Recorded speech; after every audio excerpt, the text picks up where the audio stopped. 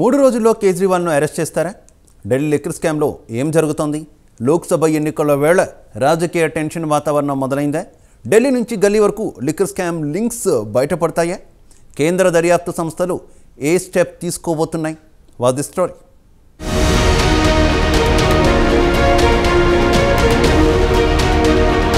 Delhi liquor scam కేసులో కేంద్ర దర్యాప్తు సంస్థలు స్పీడ్ పెంచేస్తోంది.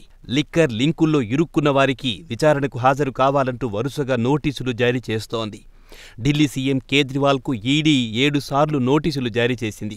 తాజాగా బీఆర్ఎస్ ఎమ్మెల్సీ కవితకు సీబీఐ నోటీసులు జారీపై టెన్షన్ వాతావరణం నెలకొంది. ఇదిలా ఉండగా కేంద్ర దర్యాప్తు సంస్థల నోటీసులు జారీపై ఆప్ నేతలు సంచలన వ్యాఖ్యలు చేశారు.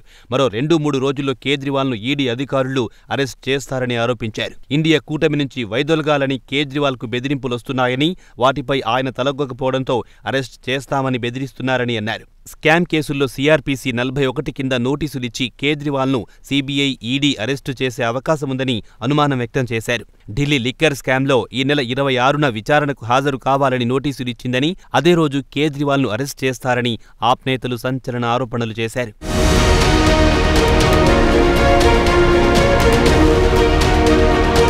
మరోవైపు ఢిల్లీ మద్యం కేసులో బీఆర్ఎస్ ఎమ్మెల్సీ కవితకు కూడా సీబీఐ నోటీసులు జారీ చేసింది. కేజ్రీవాల్ను ఈడీ విచారణకు పిలిచిన రోజే కవితను కూడా 26న విచారణకు హాజరు కావాలంటూ నోటీసులు ఇవ్వడంపై ఆసక్తిగా మారింది. దర్యాప్తులో భాగంగా సీబీఐ అధికారులు ఇంతకుముందు హైదరాబాద్కొచ్చి కవితను ఆమె ఇంట్లో ప్రశ్నించారు. ఈడీ అధికారులు మాత్రం 2 సార్లు ఢిల్లీకి పిలిపించి విచారించారు. అయితే మహిళను ఇంట్లోనే విచారించాలని చట్టంలో వెసులుబాటు ఉందని ఆమె సుప్రీంకోర్టును ఆశ్రయించారు. దీనిపై విచారణ చేపట్టిన సుప్రీంకోర్టు ఈ నెల 28న కేసును వాయిదా వేసింది. ఈలోపే సీబీఐ ఎమ్మెల్సీ కవితకు నోటీసులు జారీ చేయడం, విచారణకు హాజరు కావాలని చెప్పడం చర్చనీయాంశంగా మారింది.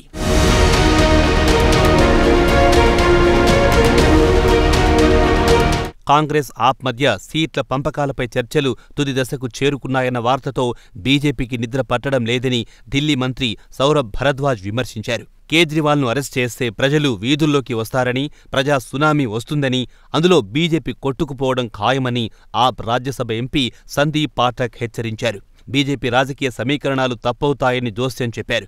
అరెస్టులకు తాము భయపడడం లేదని, దేశం కోసం కూటమిని ఏర్పాటు చేసుకుంటున్నామన్నారు కాంగ్రెస్. ఆప్తో కలిసి పోరాడే రాష్ట్రాల్లో బీజేపీకి ఇబ్బందులు ఎదురవుతాయని ఆ పార్టీ భావిస్తోందని ఆప్ విమర్శించింది. తాము 300, 370, 400కు పైగా సీట్లలో గెలుస్తామని బీజేపీ నేతలు అంటున్నారని, ప్రభుత్వాన్ని ఏర్పాటు చేసే శక్తి ఉంటే ఇంకా భయమెందుకు అని ప్రశ్నించారు. 400 సీట్లు గెలిచే పార్టీ లక్షణాలు ఇలా ఉండవని ఎద్దేవా చేసింది. 2014, 2019 లోక్సభ ఎన్నికల్లో బీజేపీ ఢిల్లీలోని మొత్తం 7 స్థానాలను కైవసం చేసుకుంది.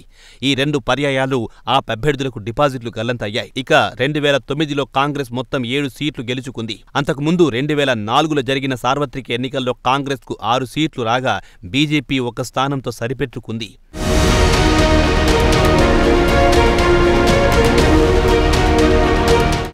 మొత్తం మీద ఒకే వైపు ఢిల్లీ లిక్కర్ స్కామ్ కేసు కుదిపేస్తోంది. లోక్సభ ఎన్నికల సమయం దగ్గర పడుతున్న సమయంలో ఢిల్లీ టు హైదరాబాద్ రాజకీయ వాతావరణం వేడెక్కింది.